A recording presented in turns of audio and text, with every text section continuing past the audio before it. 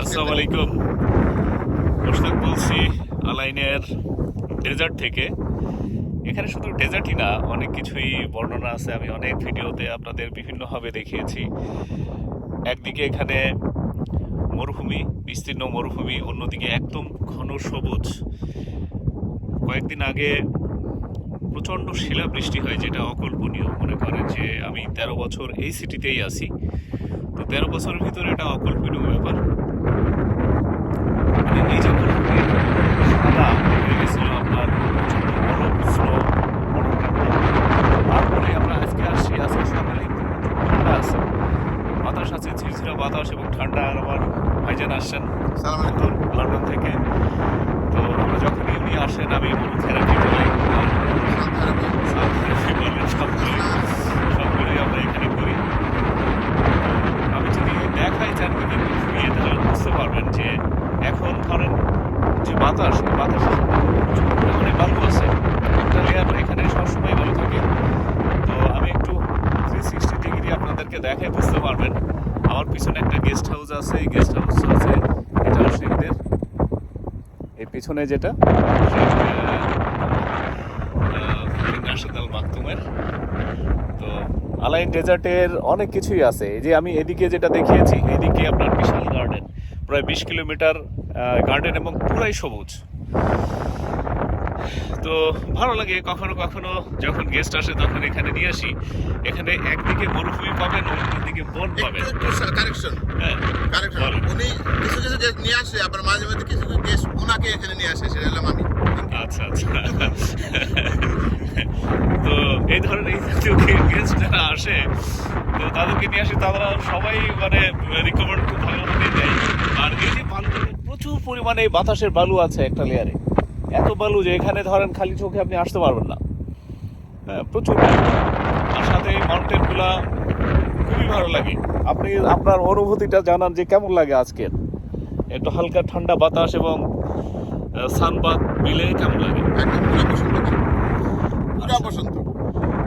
মনে করেন শীতের পরে, এটা শীত তো শেষ হয়ে গেছে, তারপরে কিন্তু ভালো ঠান্ডা, কোল্ড ব্রিজ আছে। কারণ 2 দিন আগেই স্নো কভার্ড হয়ে গেছিল এই অঞ্চলে, সেটার রেশ এখনো আছে। তো যে বসন্তর শুরু যেটা, এখানে আসলে ওইভাবে আমাদের দেশের যে 6টা ঋতু সেটা কিন্তু না। আমাদের দেশের 6টা ঋতু বলি, কিন্তু এখানে 2টা ঋতু, একটা হচ্ছে শীত আর একটা হচ্ছে গরম। হ্যাঁ, এই 2টা ঋতুই এখানে। তবে অক্টোবরের শেষ থেকে শুরু করে একদম মার্চ পর্যন্ত, মার্চের আগ পর্যন্ত দারুণ সময়। মানে আপনারা যদি কখনো ইউইতে আসেন, this is the best time in life, যে আপনারা উপভোগ করতে পারবেন। শুধু এই জায়গায় না, সমগ্র পুরা মিডল ইস্টেই একই দারুণ একটা অবস্থান। আর উনি আসছে সেই সময়, তা ওনার মনের ভিতরে যে বসন্ত, সেটা আজকে জেগে উঠছে একদম পুরা। সখীর হৃদয় কুসুম কোমল, কারণ দরে আজি ঝরে যায়, দুঃখিনী নারীর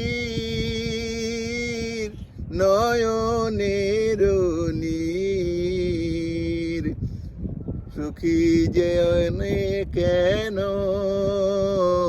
বুঝিতে না পায়, আহায়াজি বসন্তে এত ফুল ফুটে, এত বাঁশি বাজে, চমৎকার চমৎকার। এত পাখি গায় আজি বসন্তে। এমনি গাইলাম আর কি, বললো না যে মনের অবস্থা, মনের যে অবস্থা, মনের যে বসন্ত, সেটা আসছে। সুন্দর একটা গান আমাদেরকে উপহার দিল। তো ধরেন এটা মেমোরেবলই শুধু না, এটা রিমার্কেবল, আমি হিস্ট্রিতে আমি রেখে দিব।